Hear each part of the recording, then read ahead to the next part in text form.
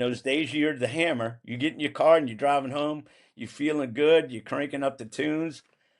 And the day that you're the nail, you just drag out there and you put your head down and it's quiet and you don't want to talk to anybody, but you still feel good. But Yeah. you got your ass handed to you that day. And Right. Right. that's what kept me coming back on. I know I could do better. I know I could do better. I know I could do better than this.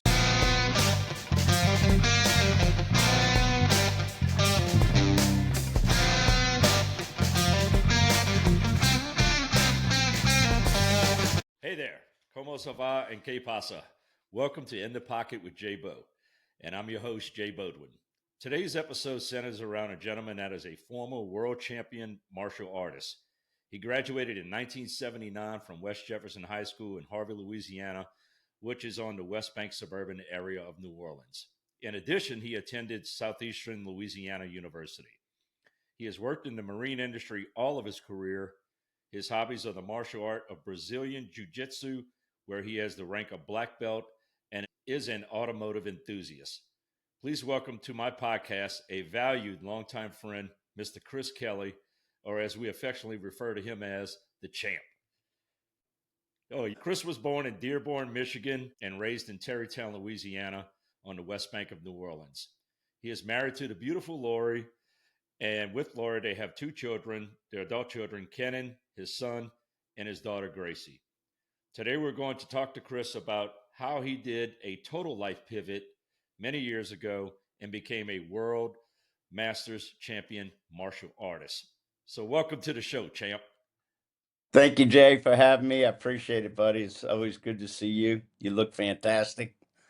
And this is a great new endeavor you're taking on here. So I'm real excited to join you. It's going to be a lot of fun.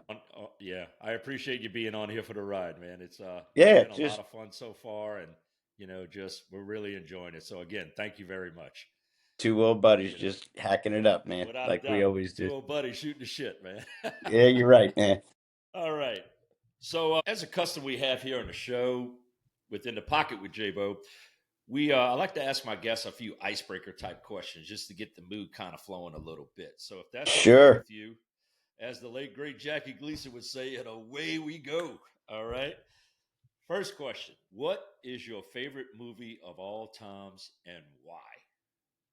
I guess it's got to be The Godfather, Mm, just because I just like old gangster movies. And we had some family history on my grandfather Kelly's side. So that's, I guess, why that movie kind of appeals to me. But I like gangster movies, that kind of shit. So gangster movies, war movies, typically what most most men like or seem to like anyway. Jackie and I recently watched The Godfather 1 and 2. And I tell you, I know I've seen them both at least 10, 12 times. And every time I watch those movies, man, I learn something different or I catch something I didn't see in a prior episode. And it just, I'm like, man, I don't remember that. When That did that that's so true, Jay. That's what, look, I'm telling you, man, if I haven't seen it 30 times, happen? that one, Casino, Yeah, Apocalypse Now, things like that. Those are the kind of movies I like. that's great. Could you imagine if Pesky was involved with those guys back then in the mid 70s and all when those movies were being filmed? Jeez, man. What an impression he made in Casino and what was the other one? Goodfellas. Goodfellas was really good with him too, yeah. I'll tell you what, man. Inside, I think he's in The Irishman too, but I couldn't Yes, get into that one I as heard it's a well as really the other long movies in the movie. past. Yeah, I heard it's a really long movie, but I haven't Three, seen it yet, and I don't know. I don't know. pick a rainy Sunday afternoon, Jay, to watch that one. Right there, you go. It's about 3.5 hours long. I'm still surprised to this day they don't have a movie about Carlos Marcella. And if they did, Pesky would have probably been the perfect guy to play Yeah, him. he would have been great for His that. stature, demeanor, height, everything, man. Yeah, It would have everything. been something. They follow on Facebook that has a lot of those old gangster photos, like rare photos of Carlos Yes. Marcello and all that kind of Yeah. shit. Yeah. It's What it's was just his band? interesting to me. when he was banned to Cuba, but he was in Grand Isle the whole time, I think, Yeah, you know. yeah, Cuba, Sure. Cuba off the He was in coast. North Cuba. Excuse me. Okay, next question, because we could talk about that probably half the day. Yeah, probably. What would you consider to be your favorite vacation spot? Man, I guess it's only because the kids were younger, and we used to go almost every summer. Was to 30A over in Florida, rent a house Okay, with a lot of the family, and spend a week out there on the beach. So I think that's where it has a lot of the better memories for me. With the sure. kids being younger. Now that they get older, Jay, your kids are older as well. When they get older, they don't want to hang out with you as much. Yeah, Although, as I mentioned to you earlier, we're heading back up to Colorado with the kids, so they're very much looking forward to spending some time with us for that second week in August. So sure. I'm looking forward to that one too. But 30A along that stretch of beautiful coastal highway in Florida, South Florida is just gorgeous. Yeah, no doubt. You can't go wrong there. It's just No, this is about the time of year coming up over the next few months, though. You got to keep an eye on that weather report that's going on. Well, it's good. It sounds like, and I remember you guys going out to Florida and everything. So I'm really glad, good time with your family and everything like that. I just said that's where my fondest memories are, and Sure. that's why I enjoy going out there. I like the beach. Yeah. So, last question, and this is one of my favorite ones to always ask. If you could go back in time and have a conversation with a historical figure, and that person would want to speak back to you, it's not like you go up to them and they ignore you, but they want to speak back to you. Who would it be and why? I think it would be Ronald Reagan, just Ronald Reagan. because of he was a pretty historical figure, and one that we actually both lived through. His presidency. He served Sure. 2 terms in office. But prior to his political career, he was governor of the state of California. He was a famous actor and just a hard worker, just a all around, served time in the military by making those war films for training purposes. I just think he would be an interesting character to like have dinner with or just hold a good conversation with, just trying to get some good life advice from. Sure. Did you happen to see the movie that Dennis Quaid was in recently, I haven't portraying him? yet, but I heard he did a fantastic job. He did a phenomenal job. Yeah, And so I I'll got to tell you, check. That's on Netflix. I got to check it out. Just, you know, Jay, I hit the bed at 8:30, 9 o'clock, dude. I know, And I know, I I don't can stay relate. up much late past that, watching TV in bed. So I'm usually out, Roger that. you know. Roger that. Well, we'll get to we'll get to that stuff in a minute while you go to bed early. But yeah, we saw the movie when it came out at the theater. Man, it is actually one of the better movies I've seen recently. And Yeah, he was also president of the Screen Actors Guild at the that's time true. as well. And they had a lot of communist activity going on in the United States back around that time. And he was very firm in his stance with trying to keep that out of Hollywood as much as possible. I thought it was an outstanding movie and highly, highly recommended if you haven't seen it yet. Well, if I get time, I'm gonna try to look it up. I've been meaning to want to watch it. I just haven't had any time to get to it. Lori loves to go to the movies, and I tell her all the time, baby, look, I'll go with you, but I'm going to take a nap. That's what I'm going to do. I'm not going to watch the movie. You know, we're getting old now, man, when we value Yeah, those well, naps, God, man, you put me in a dark, cold room. What am I to do? To that. All right. So, man, that was good. I really appreciate that. And that was a first with Ronald Reagan. That was a good one. So, let's talk about you a little bit. So, Sure. tell me about how you, and this is something I didn't know. You were born in Dearborn, Michigan. You were born in Michigan and you ended up in New Orleans. So, talk to me a little bit about that. So, if you know a little the history about what happened in Detroit in around 1967, 68, they had a lot of the Detroit riots going on. Yes. My father, I believe you knew Dick Kelly. Yeah, He right wanted around to the get end, his I did. Yep. family out of there, and he had an opportunity to transfer down to New Orleans, and he took it. He moved down here like probably 2 months before we got the house sold up there, and we finished the school year, and then Hmm. we came down here for the summer of 1970. Okay. Lived in that house in Tarrytown. You know that house where I grew up Oh in. yeah. You actually lived across the street from my mother for a while, Sure and did. we it was a great neighborhood to grow up in. And we spent a lot of time at the ballparks and playing football and tennis and golf when my dad would take us. So it was a pretty good life, good childhood growing up in Tarrytown.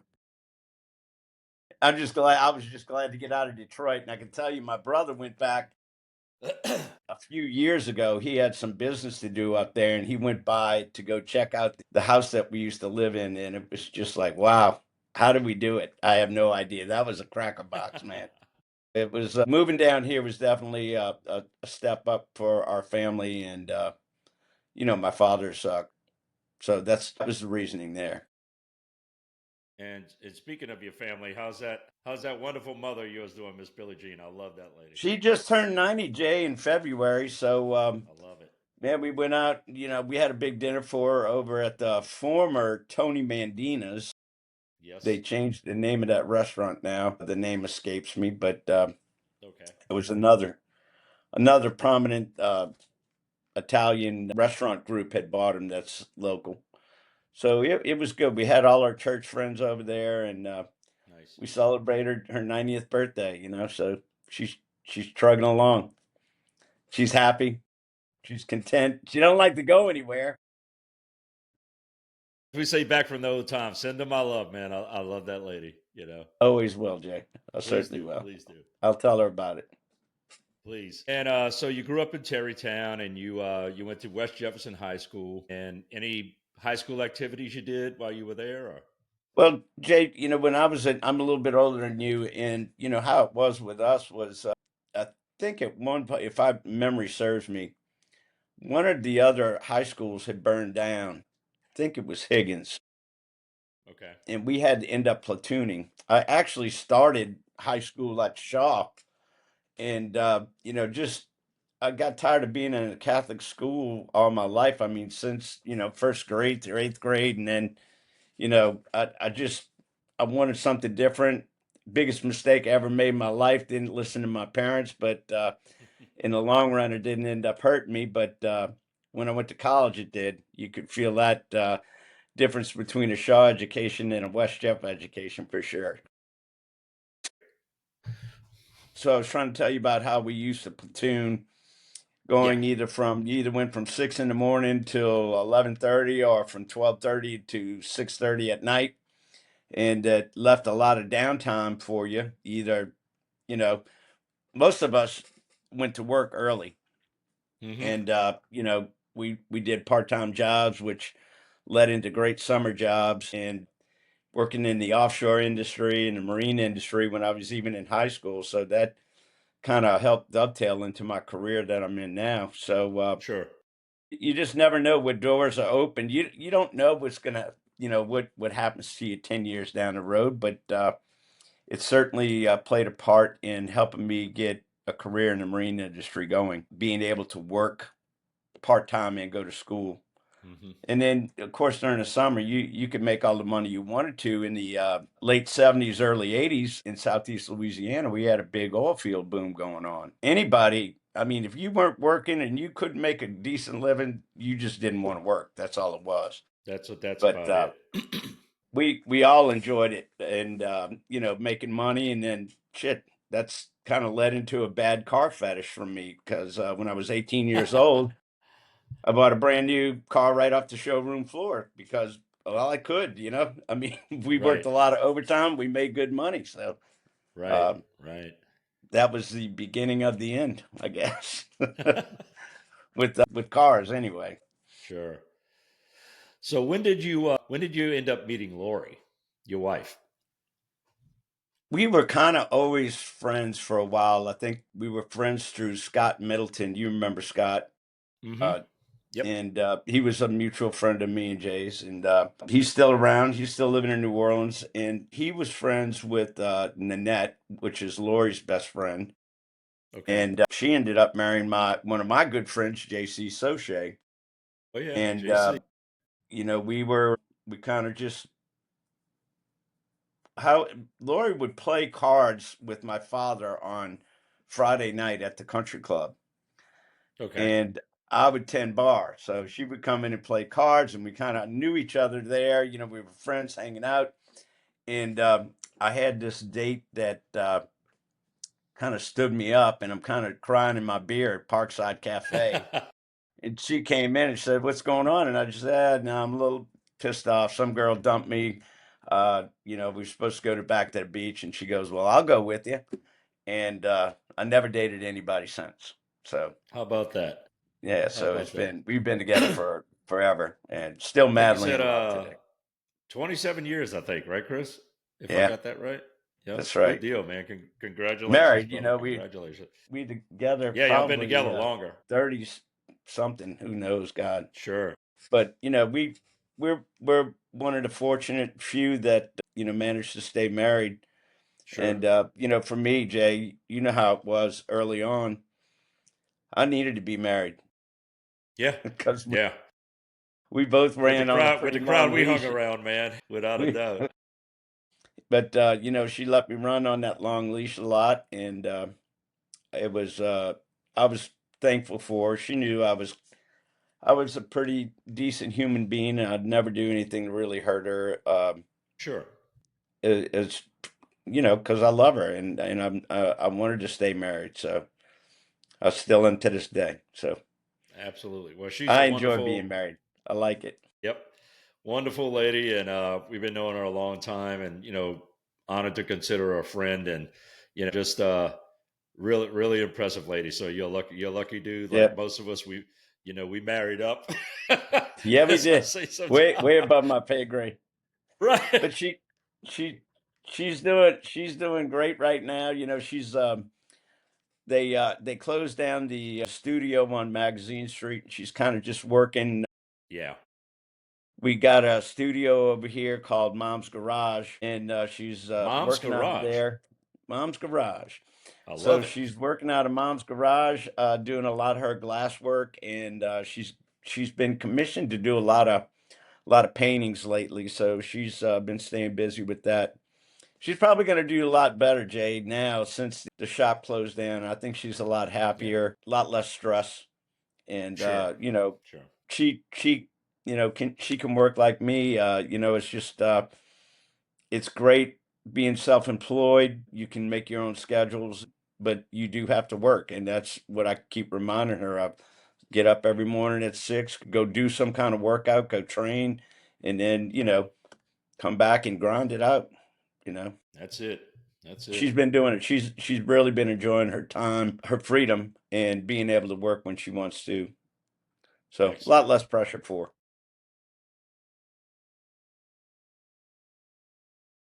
No, she's very talented on the craft side of things, and just a really high quality lady. And again, we value our friendship with her. And like we say, we married up, man. And That we unlike did. you, I had to get married to what I call my probation officer. So Yeah, but you got Becky, Jay. So it's look. dude, Sometimes you gotta try one out before you find the right one. I guess I don't know. I didn't get married till I was late in life. You know that it wasn't until yeah, shit. I guess I was closer to 40, yeah, 38, somewhere around there. I guess when I got married. So that's pretty late in life for most humans. right. Well, you Most people are obviously on did their the right. second marriage by then. Yeah, you obviously did the right thing. So Yeah, without a doubt. I waited. So talk to me a little bit. Tell us a little bit about your son Kenan and your daughter Gracie. Well, Kenan, he's working on his PhD for neuroscience. He's at Tulane right now, and shout out to Tulane. Right on, roll wave. So, which is, I'm very proud of him. I couldn't be happier with his path that he's chosen in life. He didn't want to follow uh, directly in my footsteps, but I think he has the work ethic you need it to be able to do what he's doing. He's coaching soccer. Last year, he coached the girls' high school team to a championship. Nice. He actually plays soccer for a two-lane club, and he's still staying in pretty good shape. Excellent. So he really enjoys doing that. Jay, it's hard to believe when you're going to Tulane uh, that, for your PhD, that, he gets a pretty good stipend from them, but he's got to teach some classes. So it's not financially burdening him. The only burden was, when he was going through his master's program, of course, I was saving since they were kids. So that's what kind of covered that nut. Sure. Tulane is not cheap. No, it's actually one of the more generous schools when it comes to grants, and that's what I've read. That it is actually one of the more generous schools. With his grades, he was trying to expect like a full ride for his masters, but they don't give full rides to anybody. They'll give generous scholarships and grants out, but you have to it. In other words, you're still going to pay for half of that semester, Sure. and that's what we ended up doing. So he got that number down from $70,000 semester to 35,000 a year. So it wasn't that bad. I Right. was happy to write that check Right on. because I Absolutely. think it's going to pay off for him in the long run. Well, Kennan's always been an outstanding young man. Been knowing him since he was an infant, and just really proud of what he's done. And that's just a reflection on Lori and yourself, in my opinion. And just again, outstanding young guy. So let's But yeah, let's talk about Gracie. yeah, Gracie Cat. All right. Well, she graduated from UNO with a finance degree and a minor in real estate. She Okay. she does have her realtor's license, but she's working for a law firm downtown called Phelps Dunbar here in New Orleans. Okay. I even think they got a branch over in Houston. That's how Okay. big they are. Oh, I've definitely heard of him. Yeah. She also does her thing with the New Orleans basketball team, the Pelicans. So she's on the Pelicans dance squad, which I don't know which one is her on here. She's one of these blondes. Anyway, You're right. they all kind of look the same. They all dress the same. But right now she's going through tryouts. She was on that team last year, and we Right. we enjoyed going to the games. They had a horrible season, but we still enjoyed going to the games and watching her. And we always run into friends and everything. So it's a lot of fun. And plus, it's not like going to a Saints game where you're going to be in traffic for 2 hours. Right. Going to the Pels game is just such a lot less of a burden, and Right up. we enjoy it. So we get 2 free tickets for the games. They're not in the best seats, and we usually hit up Bravender to get us down by the rail Oh, Billy. when he's not going to the games. So we'll hit up Billy, and Billy's kind enough to let me use some of his seats every now and then. Great guy, Billy, So it's man. I good. love She Billy. she really enjoys doing that, Jay. She's still here right now. She's just saving her money. She wants to buy like a couple of fourplexes and get them rented out and start making good income and still Man, my work. girl. Yeah. Oh, she's Like it. she's grinding it out, Jay. She knows what she Like it. wants. Well, I always love messing with Gracie when she was young, and she always took it like a champ and gave me the business right Yeah. back, man. I always Well, loved. she It's like she always knew how to interact with me. Like she likes you, the Jay. I mean, there's yeah. no I'm doubt. like She the always was boisterous very uncle, fond of you. but she knew how to deal with me, and that's what I always loved about her. So very accomplished, both Kenan and Gracie. So again, Chris, that's a big reflection on Lori and yourself, and props to We're both of truly you guys for blessed, and that. we count those blessings on a daily basis. And we're lucky. But the way I look at it, Jay, is we outworked all the bad luck. So there was Yeah, no other place yeah, to go. right on, You right on. outwork. We're not lucky. We eliminated all the other bullshit.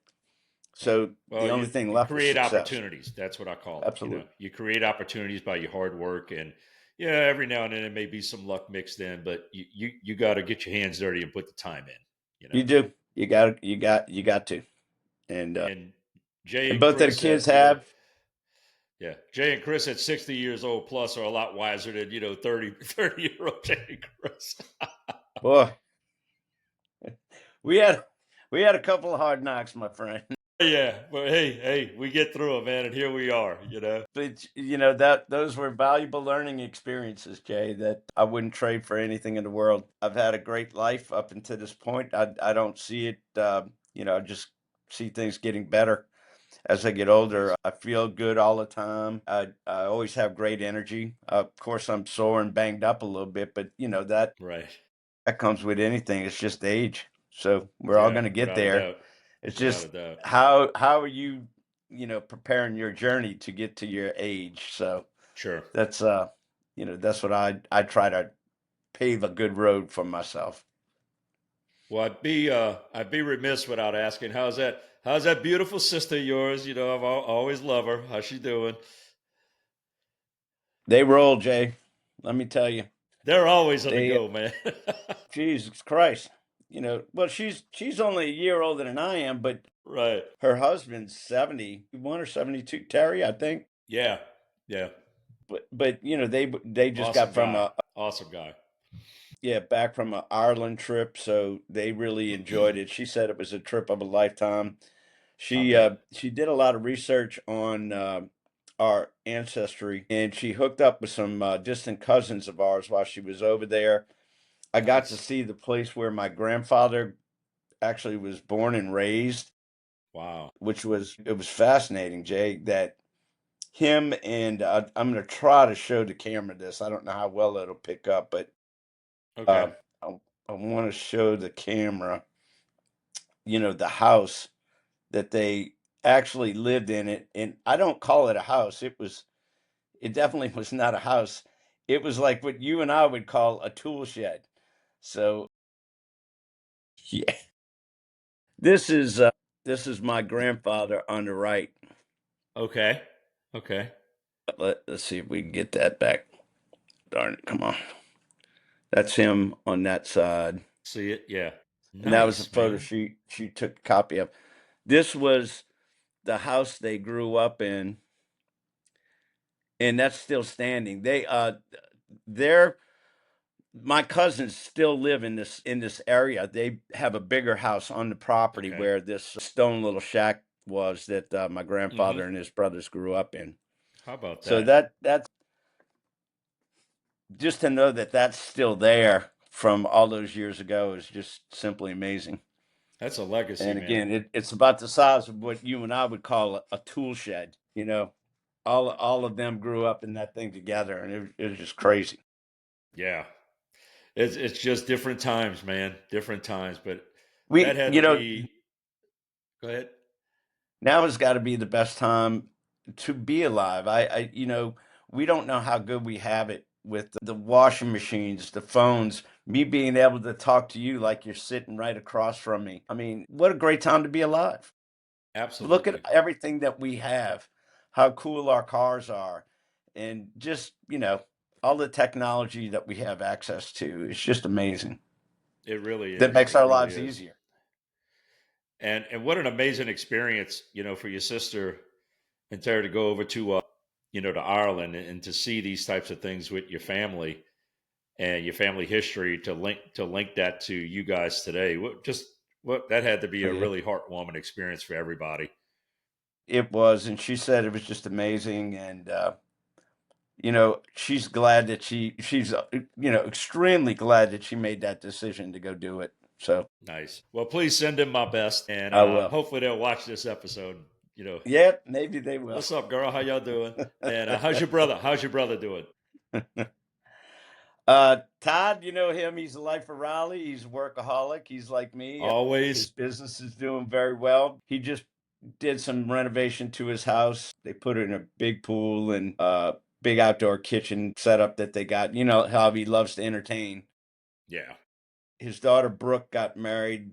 When was that? I think in May, mid-May or so. Okay. And Jay, God Almighty, son, that was that was had to be the wedding of the year. I'd never seen anything like it. I don't know how he's going to recover from that expense. Woo. He's been a Well, fortune, man. I there mean, you that go. the reception, I mean, there was no expense spared. It was just a phenomenal night, phenomenal party that they had reception over at oh shit, God, I can't remember the name of the place. But they have In New receptions Orleans. there. It's right by the casino. I can't remember. In New Orleans. Yeah, it'll come to me, Jay. I will figure it out. We have I have senior to moments, remember man. it. It's just how it goes. But he's I just don't know how he did all of that and had the wedding and did everything else that he took care of his family with. It was just it's an incredible accomplishment on his part Sure. because I know that he spent a lot of money doing that. But Todd, it's worth it to him, and he's just will do anything for his family and his kids. So, I expect and that nothing really less from showed. Brother Todd. I expect nothing less from Brother Todd, man. Of course not, man. He goes first class. Nothing but the best, baby. Nothing but the best. That's right. And John's still up in Vermont. He's still doing some engineering work. I think he's pretty close to calling it quits Okay. and looking for a retirement door soon.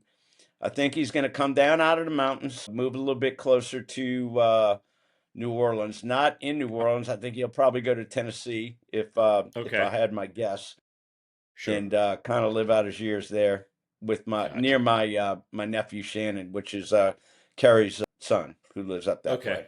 Okay. Okay. Gotcha. But Well, he good likes deal, the man. mountains so much, and I don't see him ever coming back to live in New Orleans just to visit. Sure. Sure. No, that's And of cool. course, visiting as long as my mother's alive, Right. and he'll come see Right. me too every now and then. Well, good deal. No, it's good to hear. It seems like everybody's doing good, man. Like you said, just blessed with everything going on there. We are, Jay, You know. just like you, my friend. You Oh, I got a try great to be. family, and Lord knows I try. You know. yeah, you're right, Dave. So why don't we get into the meat and potatoes of what I wanted to talk to you about? So we're all hanging out. You know, we just friends. We've been friends many years with several guys. Brother Tony Ciro, Brother T. Brother T, and we love him, and we're gonna have to have him on here soon too. That'd be great. Yeah, absolutely. He's got a lot to talk about now. Just coincidence while we're talking about Tony.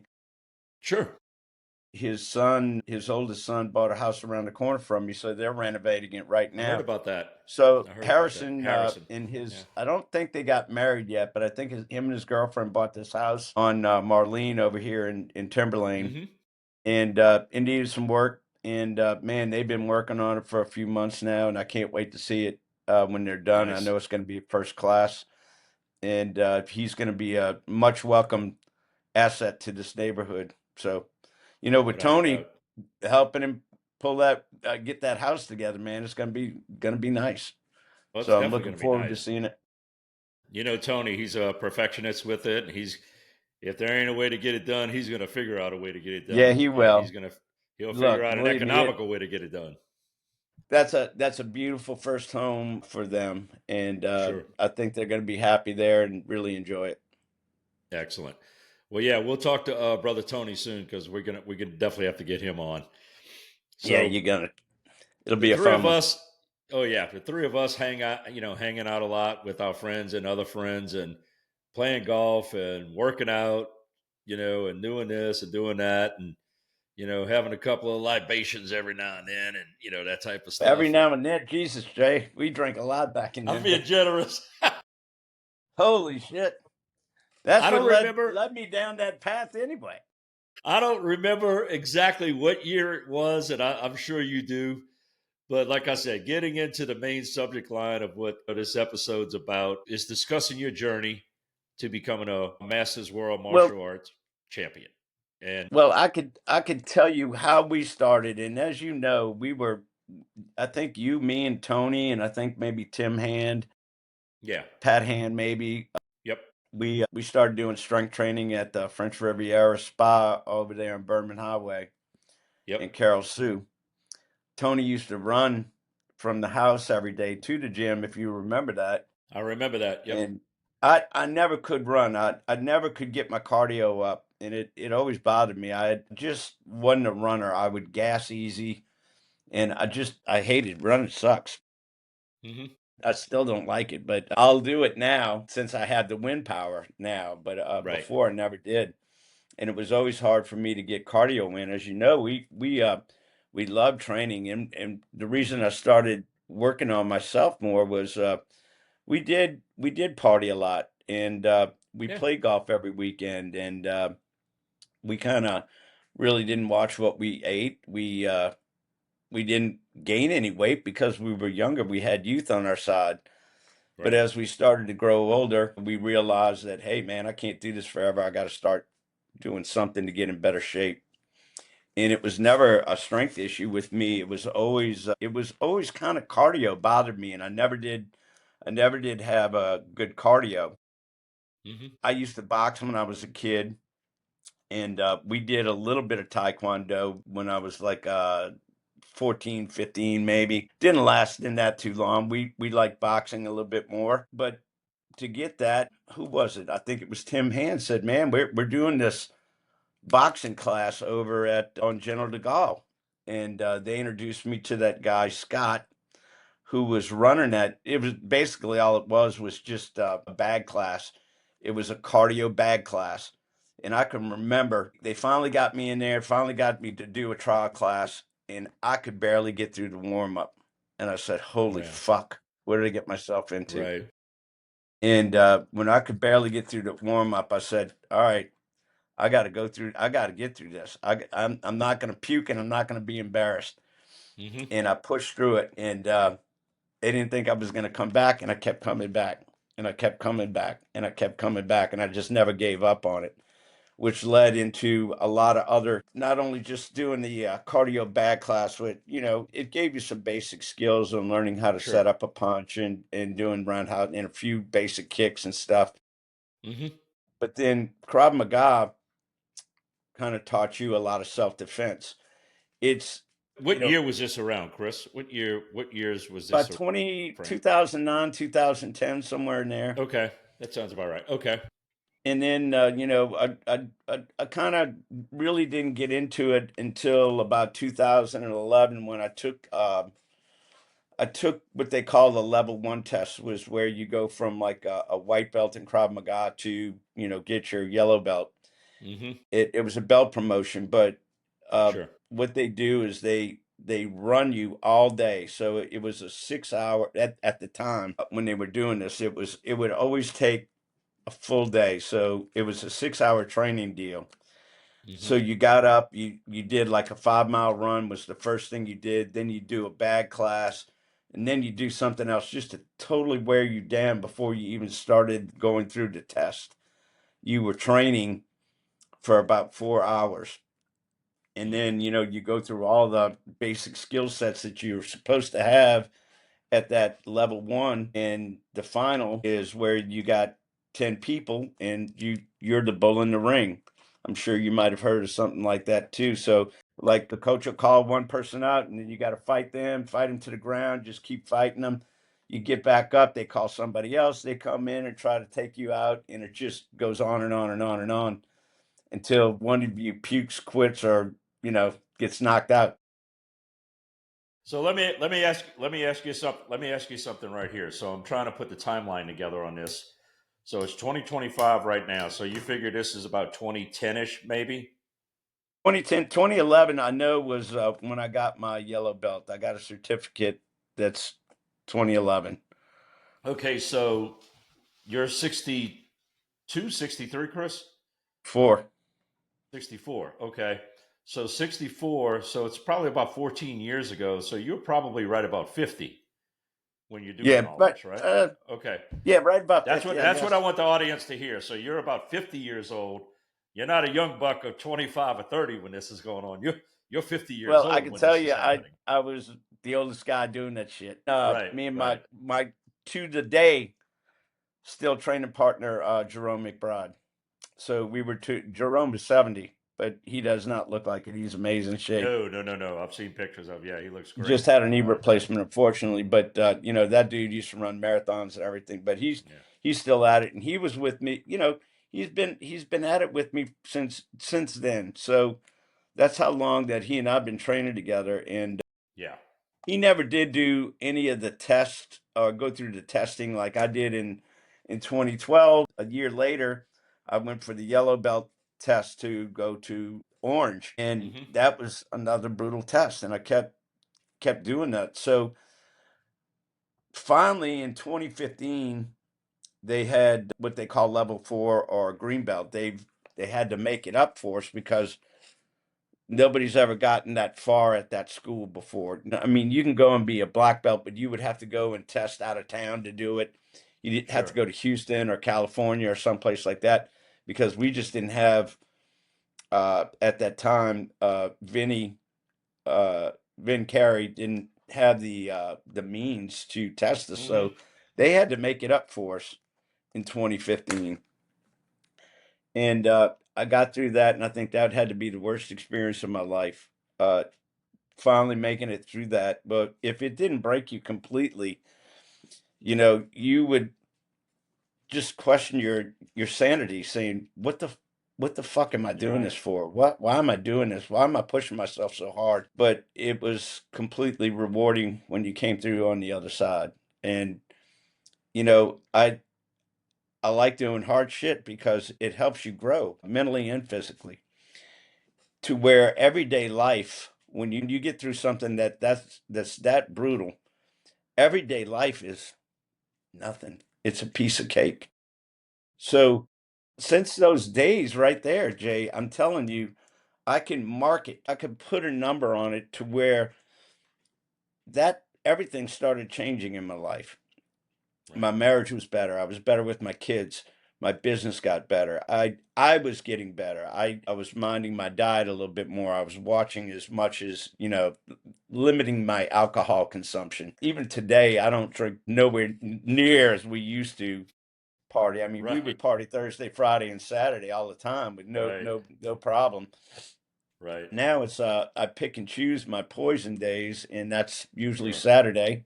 And Right. I have cigars on a Saturday, so I like a cigar and a cold beer with a couple of old guys. Like to do the same thing, so we kind of do that now. But getting back to 2015 when we did that level 4 test, that's really when things started taking off for me. Like I said, personally, physically, everything in my life just started getting better.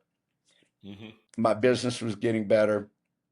We were working harder and traveling a lot more, but the money was coming in too. So again, that kind of shit just it squared my life away. It really helped me. And then in 2016, I had a friend of mine. Well, he wasn't a friend at the time, but Gracie was going to school with this girl named Sydney Rachel, and her father's name was Chad Rachel. Jay, you may know him from Shaw, No, it's but not he ringing was a a West bell. Bank guy. Okay. He's Okay. got a degree in engineering, Hmm. and they were bringing Gracie back home from one of these sporting events or something at one point, and he's sitting in my living room, and I came in, and I had came in from training Krav, and I had my Krav gear on and my gloves and everything like that. And he goes, "You train Krav Maga?" And he goes, "You should come try jiu-jitsu." And I said, "Well, what is jiu-jitsu?" I never, didn't know. Jiu-jitsu wasn't big back in 2015, 2016. Nobody really knew what it was. And especially down in this area, not so much in Houston, but in the New Orleans area, nobody knew what it was. They might have had one or two schools in town. And Okay. I said, yeah, I kept putting him off. And he said, man, no, you really got to come try this. You would like it. You would like it. Well, NOLA BJJ got so big, they were in Gretna, and they ended up moving right downstairs from Triumph Krav Maga. Okay. And Chad came upstairs and he goes, I'm going to do classes with you, but you got to come downstairs and do classes with me. I said, well, I can't keep telling you no now because you're right here, right? So Right, all we right. did was just kind of make a swap. I would help him train upstairs, and he would work with me downstairs. At first, I swear to God, I thought jiu-jitsu was the gayest thing I ever seen in my life, but and it kind of is. If you know, two sweaty dudes rolling on the floor trying to strangle Right. each other, you know, so it is. You Well, got to be it's a very grappling martial art, right? absolutely. So you have to Yeah. be very secure in your manhood to you know to be able to continue this journey because once you start it, you have to be for one. You should be in a gym where you're liked and people like you and you like Hmm. the people that are there because to get to a black belt level is you know it's a 10-year journey and not everybody's journey is the same. It may take. I know people that have been stuck at brown belt for like 5 years, and it's not Wow. because they don't train. It's just injuries and things like that. Life gets in the way, and it can slow you down. It could take some people 20 years to get to a black belt level, but you have to train at least 3 days a week to be able Well, to it's a accomplish commitment. It's that. a commitment. It's a hardcore commitment It is, that you need to make. and And I'm not you the know, kind of person. I can't be that kind of person that if I start it, man, I got to finish it. And if I quit, what sure. kind of example am I setting for my kids? Hmm. So I wanted them to be proud of me and my accomplishments, what I've done.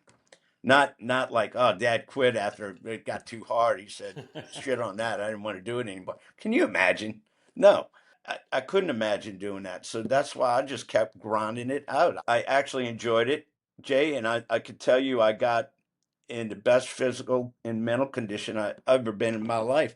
Because after we would train, you leave it all on the mats. You're dripping wet. You got nothing left in you. But by the time you get in your car, and there's two days you're gonna have.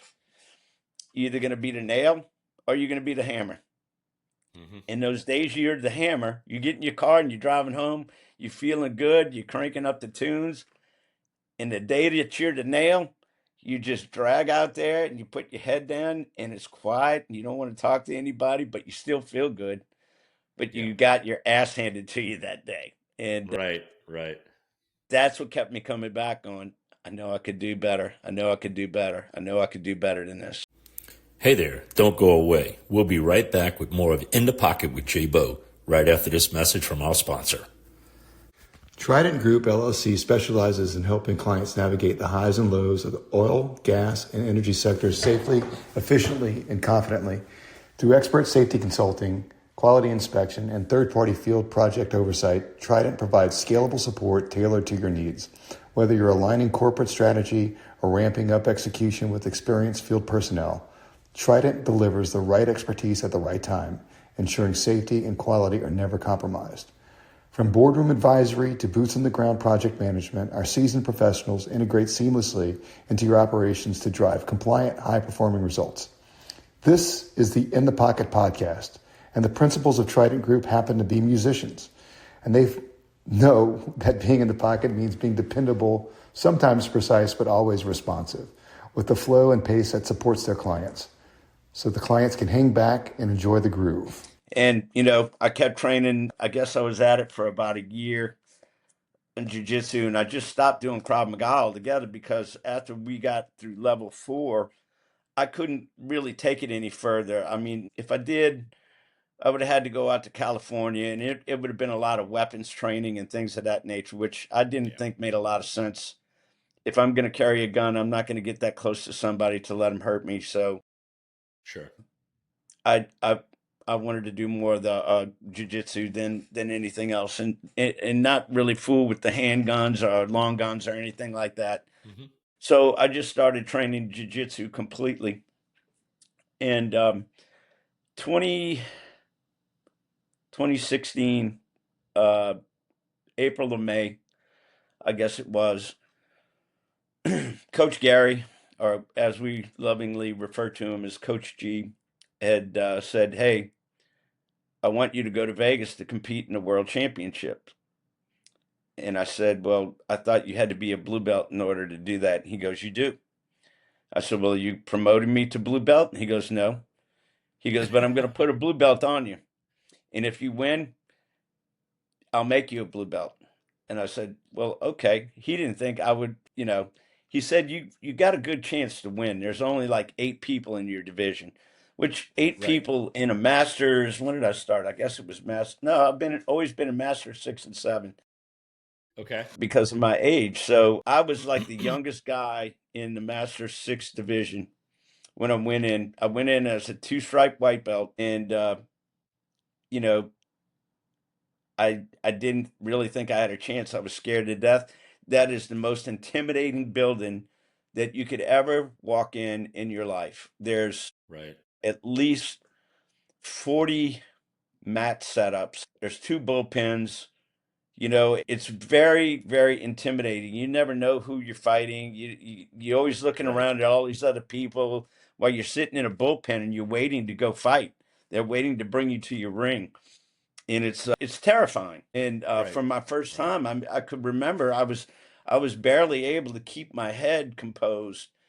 So what do I do, Jay, to keep those nerves down, to keep me from my heart from pounding out my chest, to keep all that adrenaline from dumping all over the floor, and then I won't have nothing left for the fight, right? Right. So Right. I just started calmly talking to other people that were around me, and it just made me feel better, made me feel more relaxed. I made them feel relaxed. Got through my first round. I said, "Oh shit, I won."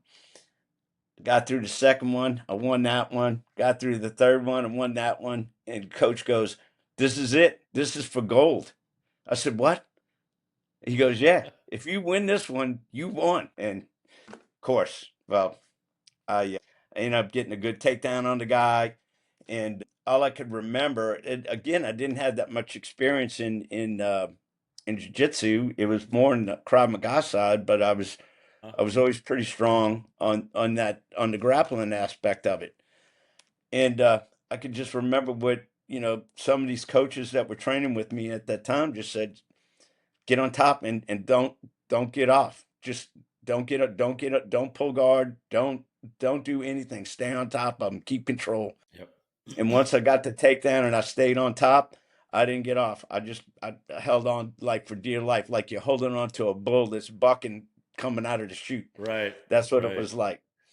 And I could remember looking up at the clock, and I was up on points, and I just said, fuck, I got 10 more seconds. That's it. I could do anything for 10 seconds. And I held on and won. I bet that 10 So seconds seemed like a minute, right? it does. But man, it was something. And Well, let me ask you something. So, I want to go back to when you were starting off the match before, while you were waiting in the bullpen, because it's one thing that I preach to both of my sons is when you're having a difficult time and you're about to, face a tough situation, rely on your resources and rely on your strengths to keep you grounded. And it seemed like you did exactly that, because that's excellent what advice, is Jay. what is the most what is you've been in the marine industry for a long time, and what is the number one thing that you do in the marine industry? What are you trying to do? To me, is saving my factory from destroying itself. So they but don't but know you're how to selling, communicate. you're communicating all the Well, time. That's my this is point. how it has to go. you know So to keep them, they don't communicate with engineers very well. So I'm a right. great liaisons between the engineers and my manufacturers. So Right. that's how I do it, and that's how I put it together with them. It's just communication, knowing what you're supposed to know, knowing your product line, and not bullshitting, because you can't bullshit somebody who's No, smarter no, no, than no, you. you can't. You So can't. I never lied, tell the truth, but and that aspect of it is just make sure you follow up, call back, answer the phone when they're trying to get a hold of you, and just be responsive. Sure. That's it. But my number But one like you're thing. saying, when you're in the bullpen and you're shitting on yourself and you're trying to keep your head calm and you're trying to keep your adrenaline under control, it's you can tell yourself you got it all day long, but do you? You don't know. Getting that But in first your one under heart, your belt is amazing, though. But in your Once you get heart, that, what you did while you were sitting in that bullpen is you went, and you subconsciously probably did it, is you started talking to people and communicating, which is exactly. a strength of yours which made you feel more comfortable.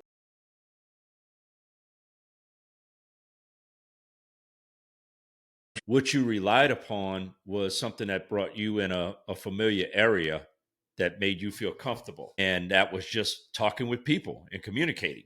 And I think it, like you Exactly. said, man, it grounded you. It put you back in focus with what you needed to do. And you did it yourself because you didn't have somebody there telling you to do it. So you just did, like I said, you did it Yeah. subconsciously. And it seemed like it really helped you out. You had to figure it out, or you were just gonna totally, you weren't gonna perform well. You can't get your head right. You're gonna overthink things. You're gonna panic. If you get caught in a compromising situation, you have to keep your head cool. And you can ask any professional UFC fighter, any professional boxer, anything. Going in hyped up is okay, but the best way to enter into a competition like that is to be confident with a very calm and relaxed head. Right. And that's when you're going to perform the best. I can And that's tell you. been that's at I least. I can tell you being in the band and the first time I went on stage, man, I was like a deer in the headlights. I couldn't remember anything that I was doing.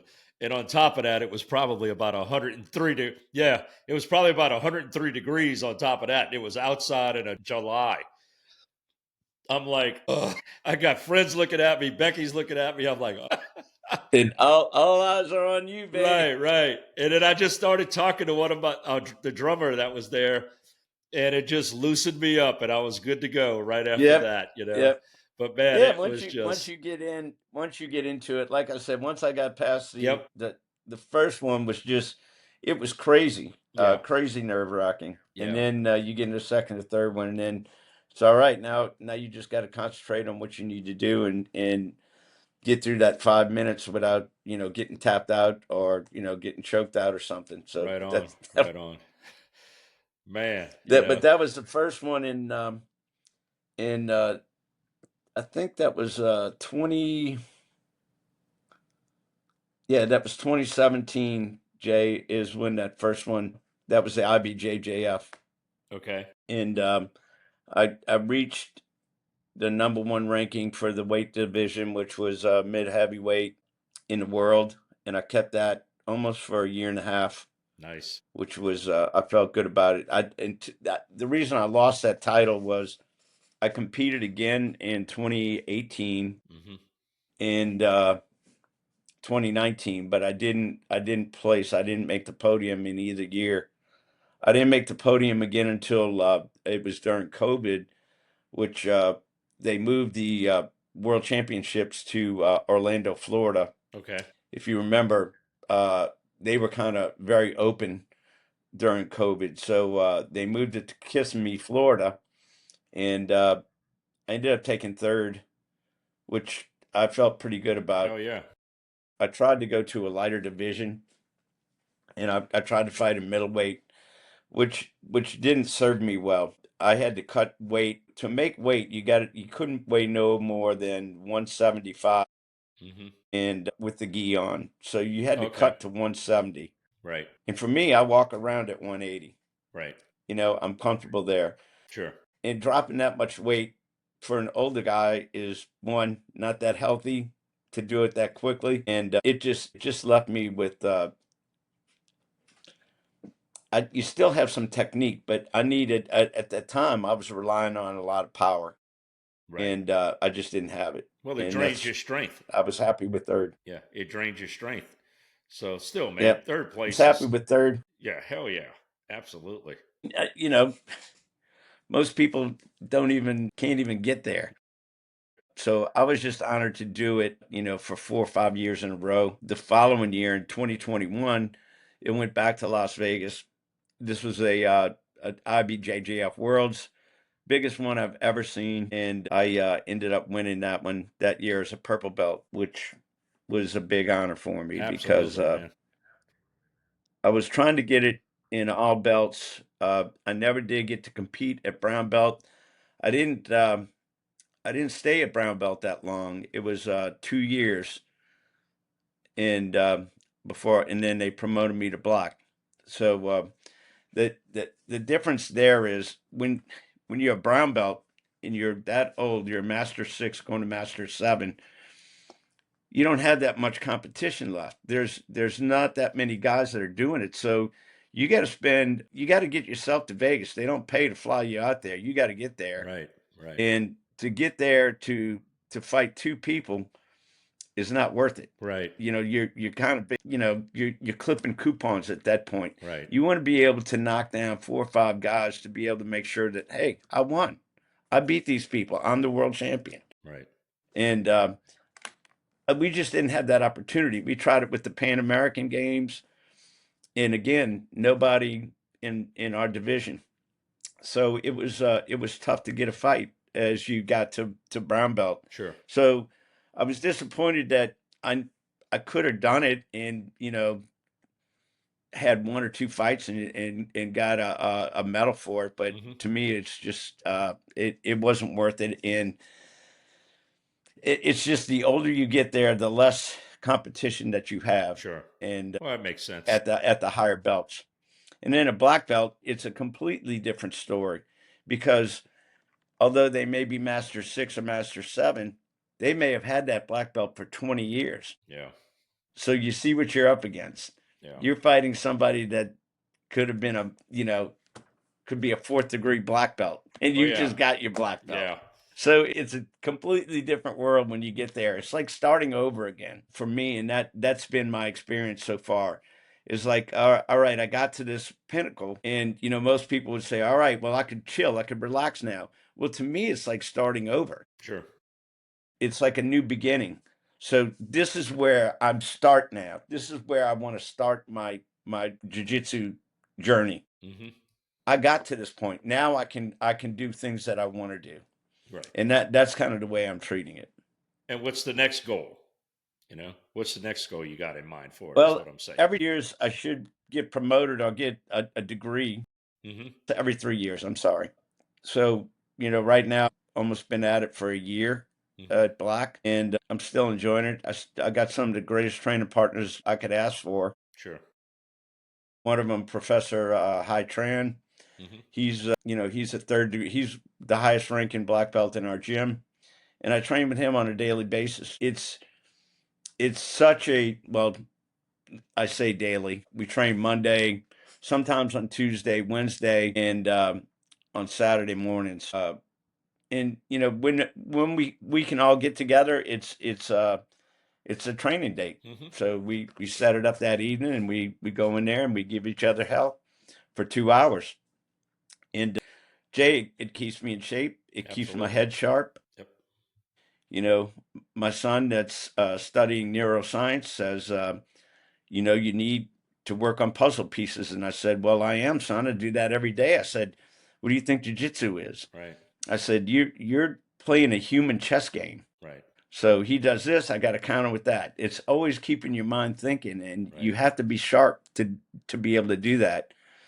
And even he didn't catch on to what I was saying, or what, the analogy I was making. And he goes, yeah, Dad, I guess you're right.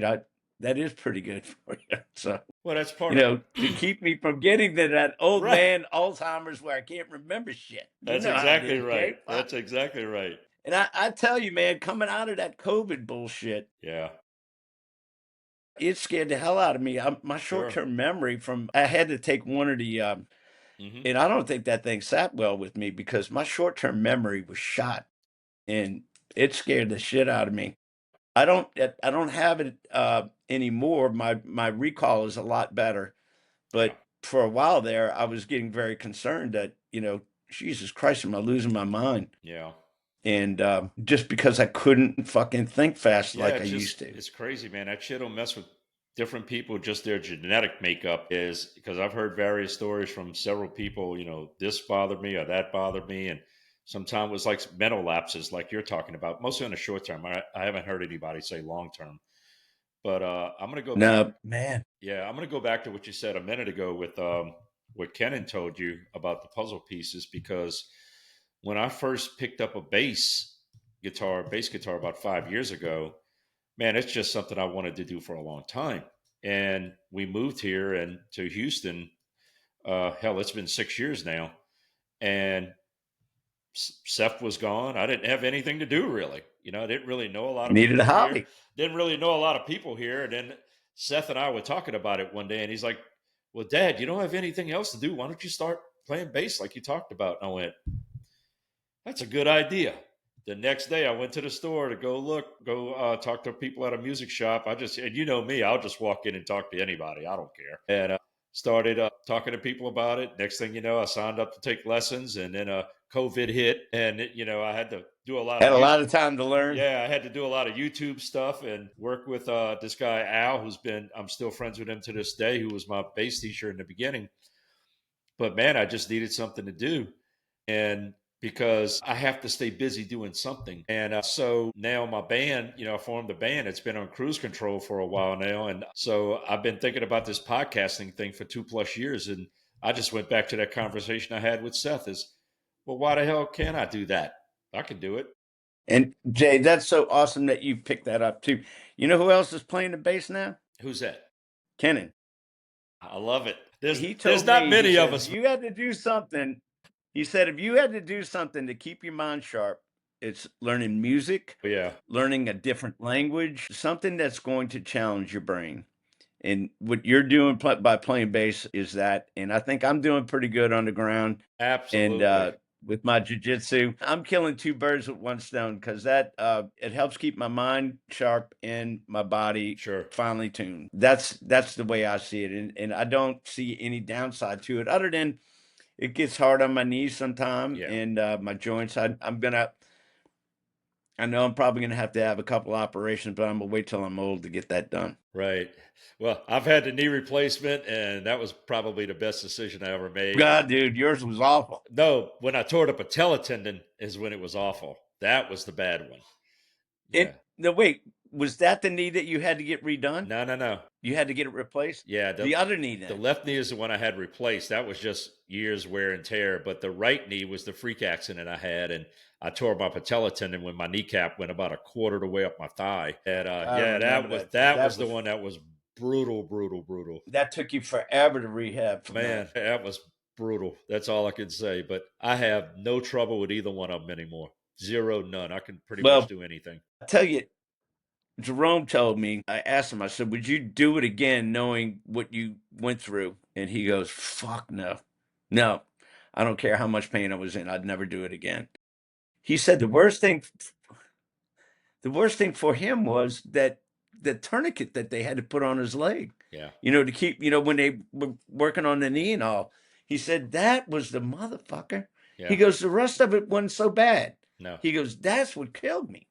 Well, I'll tell you this. It's different from everybody. I'll tell you this. The knee replacement was a walk in the park compared to the torn patella tendon. I mean, a walk in the park. And because the torn patella tendon was a trauma injury, the knee replacement was a voluntary thing to do. And the toughest part was the physical therapy. You have to put 100% into the physical therapy.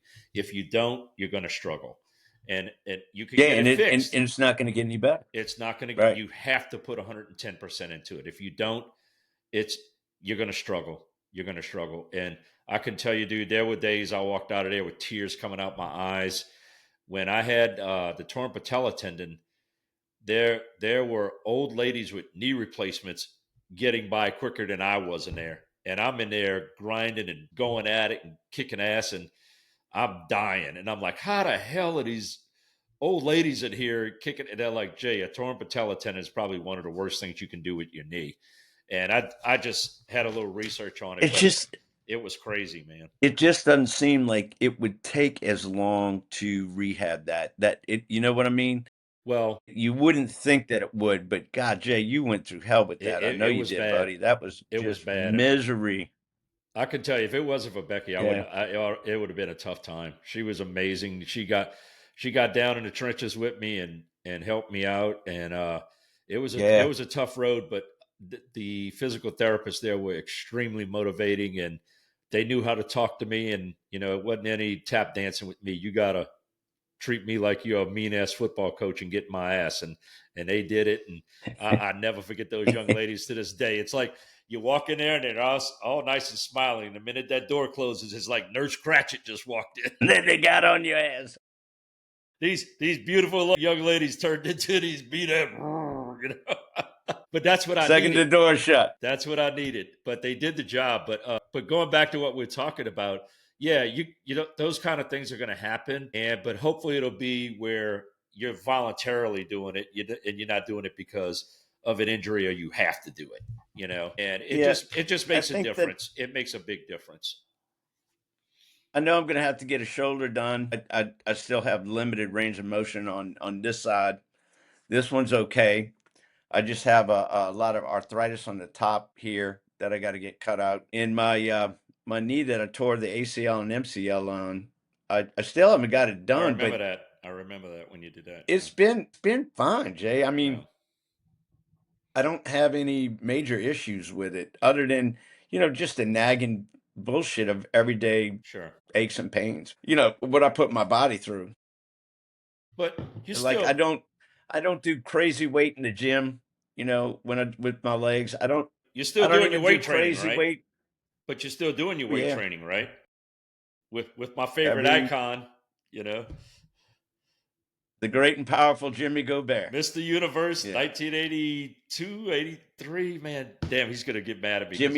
He's 82. I'm sorry, 82. Well, Jimmy owned a gym called Grecian Gym back in the late 70s and early 80s, and we all used to go there. And for all our listeners, he was, man, Mr. Universe, I want to say maybe in 82. And it's the top amateur bodybuilder is the title. And just out of that little gym on the West Bank of New Orleans. And man, he was huge sitting behind that desk. His arms were huge. And we were all in high school, just graduating high school. So it was just a treat. That was just a great gym for us all to go to. I know he's been your personal trainer for many years now. And we teach 20 at the gym a lot, man. And I tell you, I have a tremendous amount of respect, and I always hold Jimmy in very high regard up here, man. He's just a quality guy. Jay, you would not believe he had Manhattan closed down over here. I don't know if you knew about that. Yeah, I heard about it. But we were training at Manhattan. Yeah. We had to go to this other gym called Snap Fitness that's on Lapalco. Is where we train now. So, but he walks in there and everybody knows who he is. Everybody. Hey, Mr. Jimmy. Hey, Mr. Jimmy. He's an icon. You know, yeah. And everybody has the utmost respect for him, and you know, he's very well respected. I'm happy to still be training with him. To be honest with you, I thought he would have gave it up a long time ago. His wife is kind of fighting cancer a little bit, and I think she's in remission now. Angie, his wife, Angie. Yeah. Nice lady. And she's been going back and forth to Houston, and I thought that he would kind of, you know, take it easy for a while and go, you know, spend more time with her, but he kept working. Yeah. He says, I need to work. And, you know, with the passing of his son and he's just had some bad trauma in his life. This last, 25 and 24 has just been horrible for him. Yeah.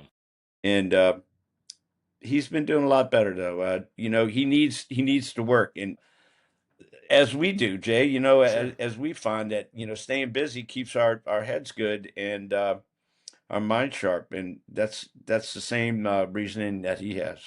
No, without a doubt. So what are you doing nowadays? So you're still training with Jimmy with the weight training with Jimmy Gobert. Yes. And I need every advantage I can, Jay. I got 25-year-olds trying to kick my ass every day, man. Come on. Without a doubt. That's we have a lot of fun at the gym. We have a lot of pro fighters that we get to train with, and it's just good times for me right now. I really enjoy it. I can be selective about people that I want to train with, you know, because of my age, but I like to work with the younger guys that just don't know shit. I've taken on more of a coaching role, I guess. Mentor. Yeah, and they seem to enjoy working with me, so I'll do it as long as they want me to. And you know, I was teaching a mitts class, which turned into an MMA class. And everybody said, well, how does he know so much about fighting? And I'm going, I don't know shit. I just know from years of doing it. But I mean, I could teach y'all. I know what you need to do. I Right, just don't, right. and God dang it, Coach Gary goes, oh, Chris used to be with the UFC. He was lying to him, just bullshitting with him and all. I said, no, it wasn't, man. I don't know nothing. I just know, I know how to hold mitts, kick combinations. I can show you punch combinations. I can get your cardio going and that kind of shit. And that's about it. That's all I got. You get any better than that, I got to pass you on to somebody else. Well, man, he works out Mr. Universe from 82 as well, man. God damn. That dude's badass. But it's still a lot of fun, Jay, and I Sure. find it extremely rewarding doing, working with some of the younger guys like that. And as far as, age goes, like I said, me and Jerome and Professor Tram, we're still training. Yeah, man. We are the oldest guys in that gym. They call us the uncles. We're three of us, and we're referred to as the uncles. So they Right. have a flag bearing our images in the gym. Nice. And Jerome and I get a lot of respect from those guys because he's a 3-time world champion. I'm a 2-time world champion. So they know that we just don't talk the talk. We actually did it. Yeah. So Y'all walk the walk, man. we get the respect. Well, it's well You know? deserved. It's well And we deserved, without a well, doubt. and they don't give black belts away. You have to earn No, it, no, sir. You got to earn that shit. Yeah, you got to especially in earn with a jiu-jitsu. And capital it doesn't matter. EARN. It doesn't matter how much time you have in there. If you're not ready for it, you're not going to get it. Right. That's right. just, because they just don't give them to you unless you are fully capable of, holding up the art, as they Right. say. Right. No, that And makes as we sense. get older and move into this other transition, you do see where you notice that when they call it martial arts and why, and it truly becomes an art to you, or it becomes a science in that aspect, because there's a lot of just the movement, and there's science in the movement, and there's art in the movement, and that's one thing that fascinates me about that sport. It's just you can never stop learning. You can never ever stop learning jiu-jitsu. Wow. It's for everybody, and I would say any age. You have to start at a reasonable age to where you have to be mobile. If you're completely out of shape and you're not healthy, I don't think I would recommend it. But if you are looking to challenge yourself and to find something to help improve your life, like I told you, Jay, things turned for me as I was training, and everything in my life seemed to get better as I was getting better. And that's why I can't recommend it enough, Well, I remember the for anybody that's interested. I remember the transition you went through during that time, and when you started, we were like, "Wow, Chris is doing that, man." Okay, and then we saw how you progressed and how you were doing, and man, we were becoming big fans of yours actually while you were doing it, and It's just, not just because of what you were accomplishing, but we knew you were doing something really good for yourself and for your family, and just for your overall lifestyle. And yeah, it was a really inspirational thing to see, and it's one of the main reasons why I wanted you to come on here and talk to me today on the podcast. And one of the questions I've been waiting to ask you is, so if somebody's in their mid 30s, early 40s, and they keep kicking the can about it or walking along the fence line about it. I think I might. No, I don't think I can. This and that. Because I'm sure you went through that battle with yourself in the beginning, and it can be an intimidating thing to go in there with thinking you're going to go in a place and all you're going to do is get your ass kicked 24/7. But so what would you recommend to people that are thinking about it? as a white belt, you're going to get your ass kicked for 2 years, almost 2 years. You're going to be humbled. And if you're not, don't go in with an open mind, knowing that you're going to get smashed, you're going to get destroyed. It's not for you. But if you want to get your kids into something, I would put your kids into jiu-jitsu. There's nothing that's going to teach them a better discipline Sure. and better respect. And then when you know how to fight, you're less likely to want to fight. you're gonna want to diffuse things. I mean, and that's always a good attribute to teach your children, and then learn by example. If you get your kids into it, why aren't you doing it? Right. You know, you can do it. I've seen fathers that want to be a good example for their sons and show them And a good daughter. way to do You it. know. So no, I totally agree. I think it's never too late, but it's always good to go check things out. And if you're interested in it, and just look up your nearest studio or gym with the martial art you're interested in. Like Taekwondo is more of a aerobic type of martial art, but Jiu-Jitsu is definitely a Right. grappling martial art. And so, And go ahead, there Chris. are so many good gyms in your area, Jay. Yeah. The Gracies really do a great job. There's some new facilities down in Webster that are amazing that I've been to. They're beautiful. I'm a little jealous, Bless you, bless you. but they've really done a great job getting families together to make it like a family thing now. So even mom, I mean, I tried to well, actually, I did a self-defense class for Gracie when she was in the Girl Scouts, but I didn't only want the girls to do it. I wanted the moms to come in too. So we did all that with the girls and mothers. So everybody should have simple idea of how to defend themselves and how to fight. And you never know what can help save your life one day. And that was another thing that always brought me to these martial arts. It's not that you're only getting in good shape, mentally, physically, but you're also learning a valuable skill that could save your life one day. Yeah, without a So doubt. you never know. You just never know. So we're gonna But start it is for all ages. wrapping up some things here. So one last question I had for you. So with all this activity that you do, what do you really do to unwind? And don't tell me the martial arts, because that's not unwinding. That's working your ass off. It you are, but you would be surprised that I told you we like cigar Saturday. Yeah, that's I true. like to have a Yep. cigar on Saturday. I like spending time. Fridays are dinner with the wife. It's like kind of our date night. I really enjoy that. Same She, here. that we like doing that together. And Jay, it's weird as we're getting older. We really are enjoying each other's company more. Yeah. Spending time with her has been fun, and we do a lot of short vacations. Nice. I don't like to take too many week-long type things off, just simply because I have a lot of responsibility with the Right. company now, Right. and I can't leave anybody disappointed, and I don't like to. Sure. I take only one long vacation a year. The rest we'll do a few these like weekend jaunts to the beach and Right. over to Ocean Springs or someplace like that. She likes to go. Nice. We enjoy doing that.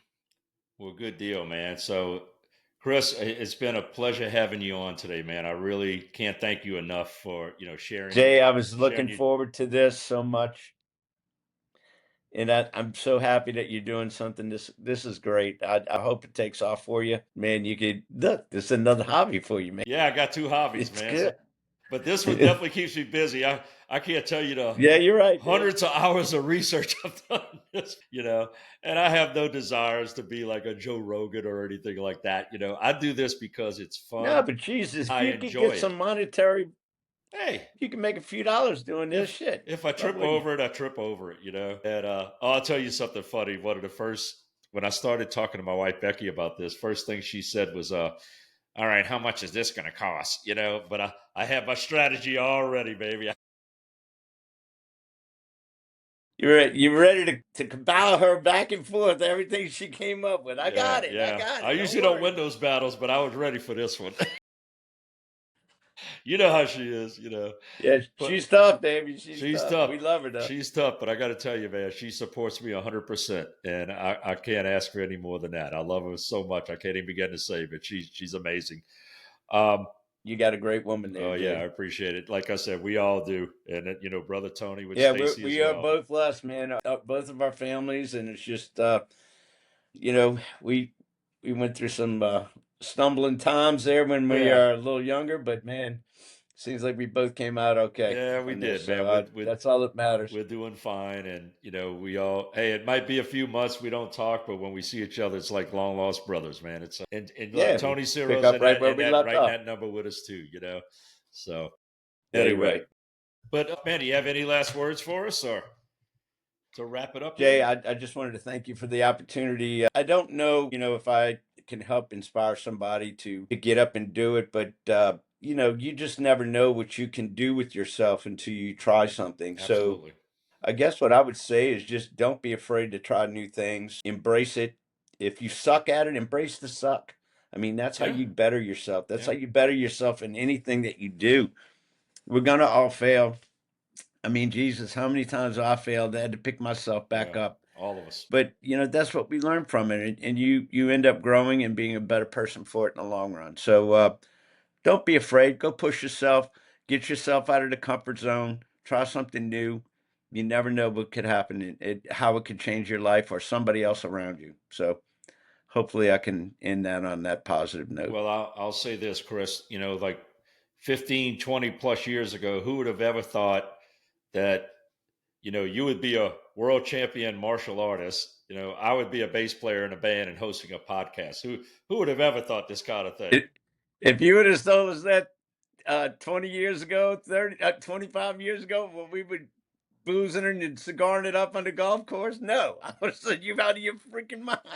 Man, Wait, what are y'all smoking, No, man? get out. And here we are, as happy as can be, man. Happy as Yeah, can you're be. right. That's all. Hey, that's all I ever wanted to be, I man. Was love just it. happy and have a good life, and hopefully be able to contribute something to society and keep my head above water, Well, man. you've definitely done that, my friend, and you've definitely been an inspiration to me along the way, and you were there for me during some tough times, and Well, I know thank you, I was Jay. there for you as well, and that's what good friends You do, certainly were. and we can't say that without Tony Ciro being in that number with us too, because the three of us had outside of, like you said, you had the three unks at your training place, and we're probably the three unks even going further back. Yeah, you're right. Well, we had original three uncles. Right, we had original three uncles.